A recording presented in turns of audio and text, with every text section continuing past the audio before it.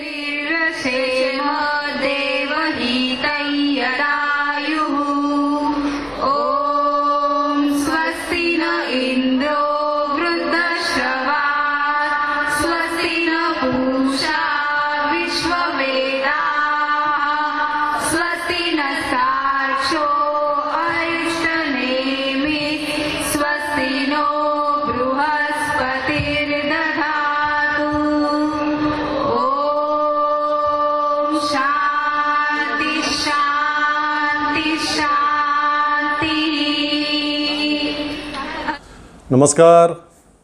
यंदाच्या गणेशोत्सवामध्ये पुण्यातील प्रसिद्ध दगडूशेठ गणपतीसमोर हजारो महिलांनी मागील काही वर्षाच्या परंपरेप्रमाणेच सामूहिकरित्या अथर्वशीर्ष पठण केलं. त्यावेळचा हा व्हिडिओ होता.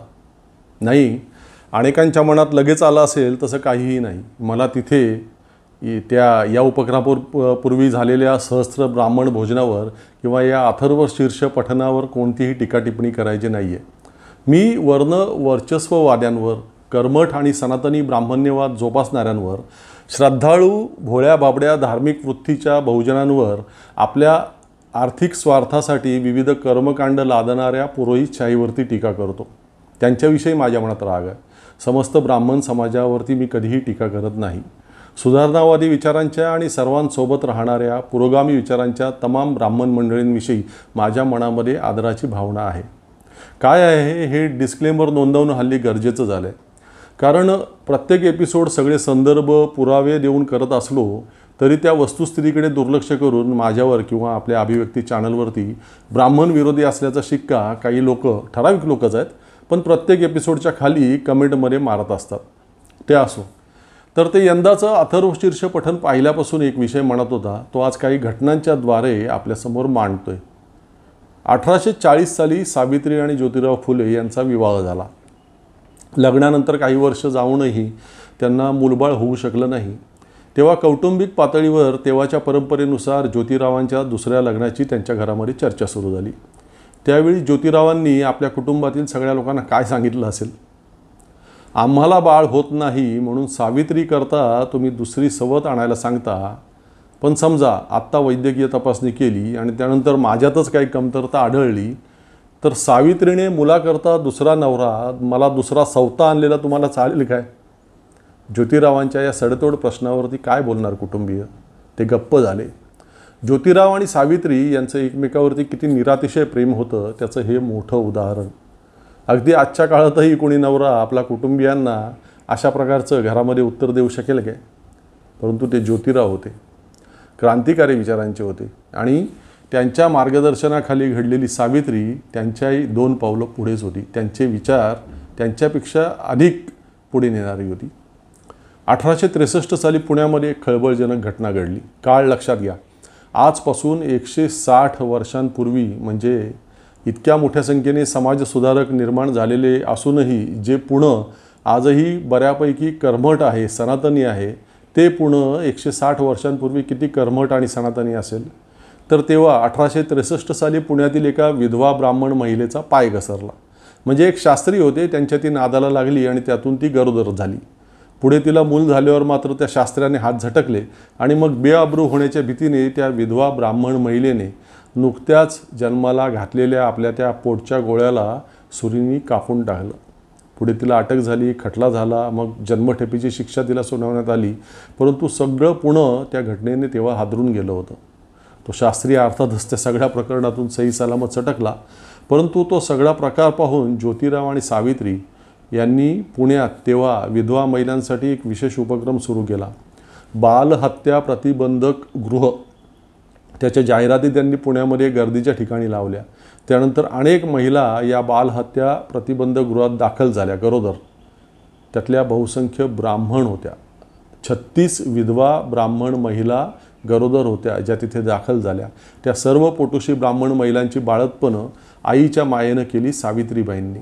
त्या विधवा महिलांनी जन्माला घातलेल्या सर्व बाळांची आई बनून गेल्या सावित्रीबाई.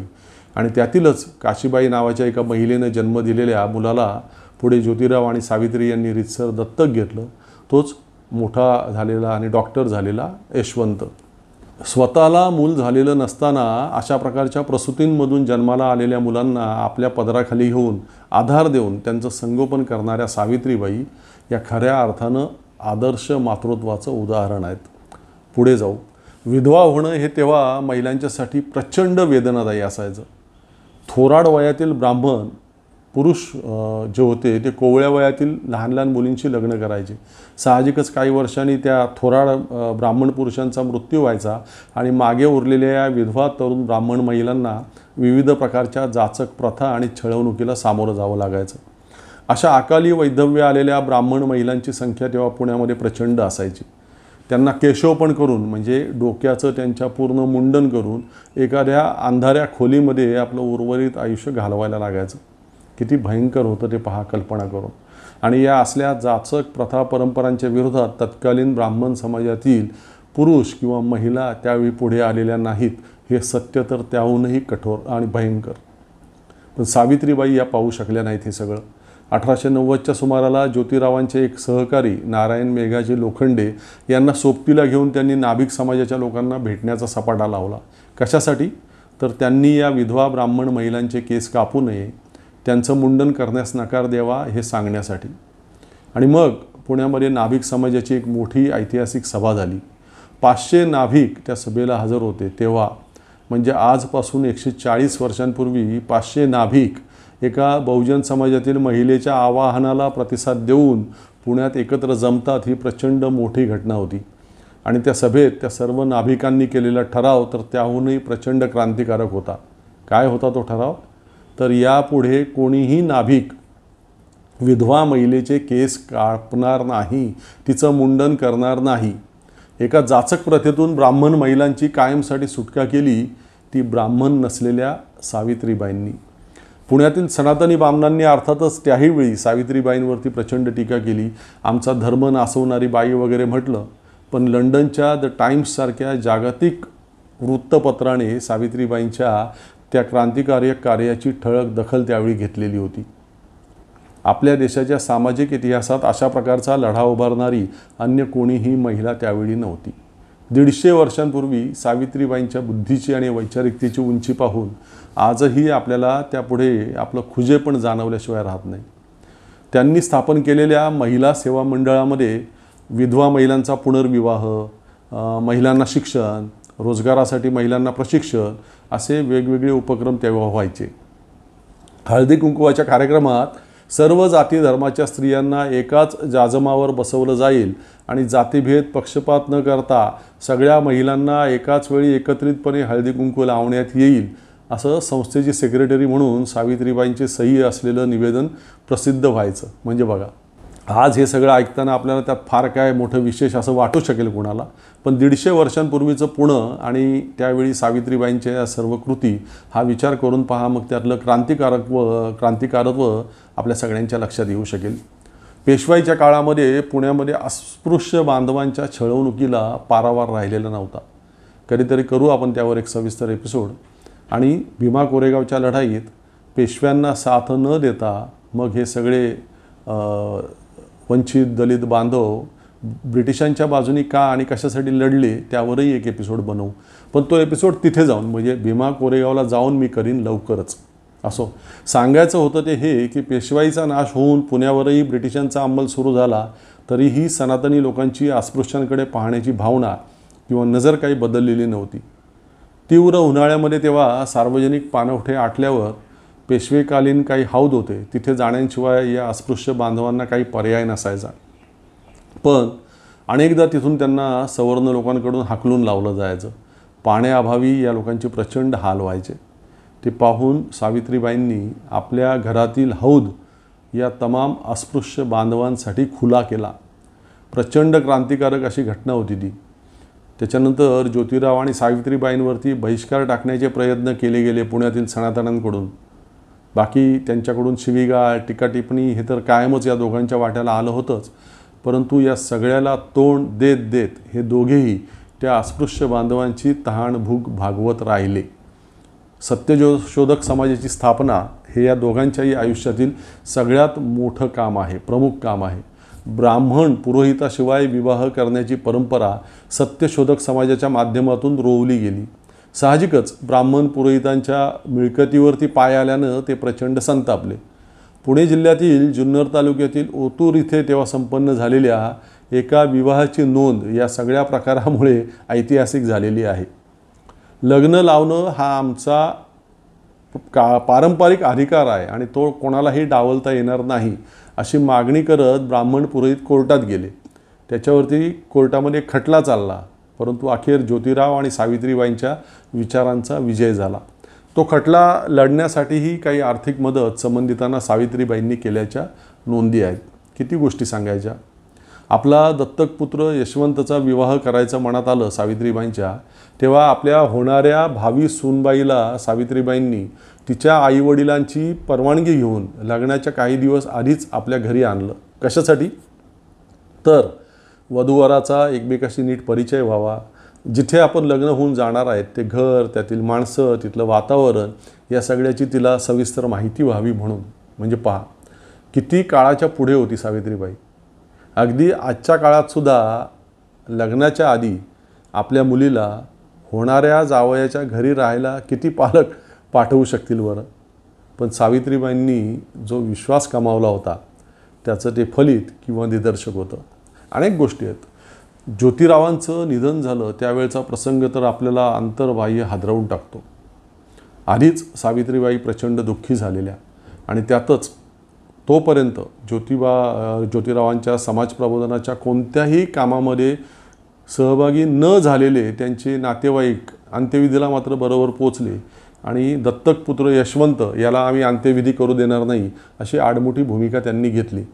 प्रसंग मोठा बाका होता, पण तो सगळा तमाशा पाहून सावित्रीबाई स्वतःच उभ्या राहिल्या आणि कडाडल्या, ठीक आहे मग मीच स्वतःच अंत्यसंस्कार करेन. आणि ज्योतिरावांच्या अंत्यसंस्काराचं टिटवं हाती धरून सावित्रीबाई पुढे चालायला लागल्या अंत्ययात्रेच्या. भारतीय समाज व्यवस्थेतील आणि विशेषतः पुण्यातील तो एक क्रांतिकारक क्षण होता. आपलं दहन न करता आपल्याला मिठात घालून पुरावं, मातीमध्ये एकरूप करावं, दफन करावं अशी ज्योतिरावांनी इच्छा व्यक्त करून ठेवली होती. त्यासाठी घराच्या मागच्या जागेमध्ये त्यांनी अगोदरच एक मोठा खड्डाही खोदून घेतलेला होता पहा. परंतु निवासी जागेमध्ये दफन करण्यास कायद्यानं आडकाठी आली आणि मग सावित्रीबाईंना नाईलाजानं त्यांचं स्मशानभूमीमध्ये नेऊन दहन करावं लागलं. परंतु मग त्यांच्या अस्थी आणून सावित्रीबाईंनी त्या खड्ड्यामध्ये दफन केल्या आणि त्यावर एक सुंदर तुळशी वृंदावन उभारलं आणि अशा प्रकारे ज्योतिरावांची इच्छाही त्यांनी पूर्ण केली आणि ज्योतिरावांचं एक स्मारकही बनवलं. ज्योतिरावांच्या निधनानंतरही त्यांना जिवंत ठेवलं ते सावित्रीबाईंनी. त्यांचं कार्य अधिक जोमाने पुढे नेऊन सत्यशोधक समाजाचं कामही त्यांनी खूप वेगानं पुढे नेलं. महिलांसाठी उन्नतीचे अनेक दरवाजे उघडे केले, अनेक भाषणं दिली, राज्यभरात फिरून लेख लिहिले, कविता केल्या, अंधश्रद्धेच्या विरोधात, व्यसनीपणाच्या विरोधामध्ये जनजागृतीचं मोठं काम केलं.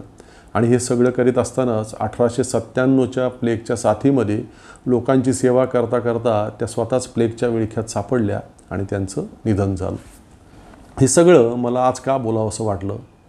मोबाईलमध्ये जुना साठलेला डेटा डिलीट करताना ती सुरुवातीला दाखवलेली अथर्वशीर्ष पठणाची क्लिप दिसली आणि तिच्या शेजारीच मी काही कामासाठी कधीतरी डाउनलोड केलेला सावित्रीबाईंचा फोटोसुद्धा दिसला.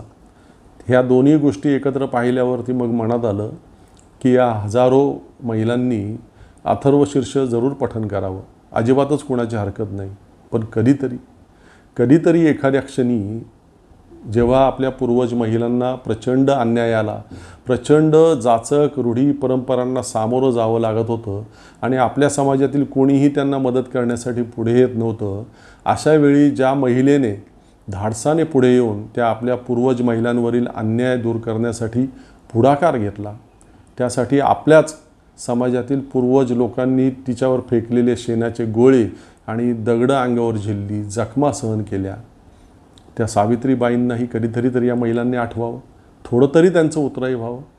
अर्थात ही फारच बाळबोध अपेक्षा आहे माझी, कळतंय मला, पण काय करणार, उपयोग होणार नाही हे माहिती असलं तरी बोलल्याशिवाय राहवत नाही. असो, थांबतो. अशाच प्रकारची माझी बडबड ऐकण्यासाठी आपलं हे अभिव्यक्ती यूट्यूब चॅनल आठवणीने सबस्क्राईब करा, अजून नसेल केलं तर. एपिसोड आवडत असतील तर लाईक करा, शेअर करा. पुन्हा भेटू लवकरच. तोपर्यंत धन्यवाद.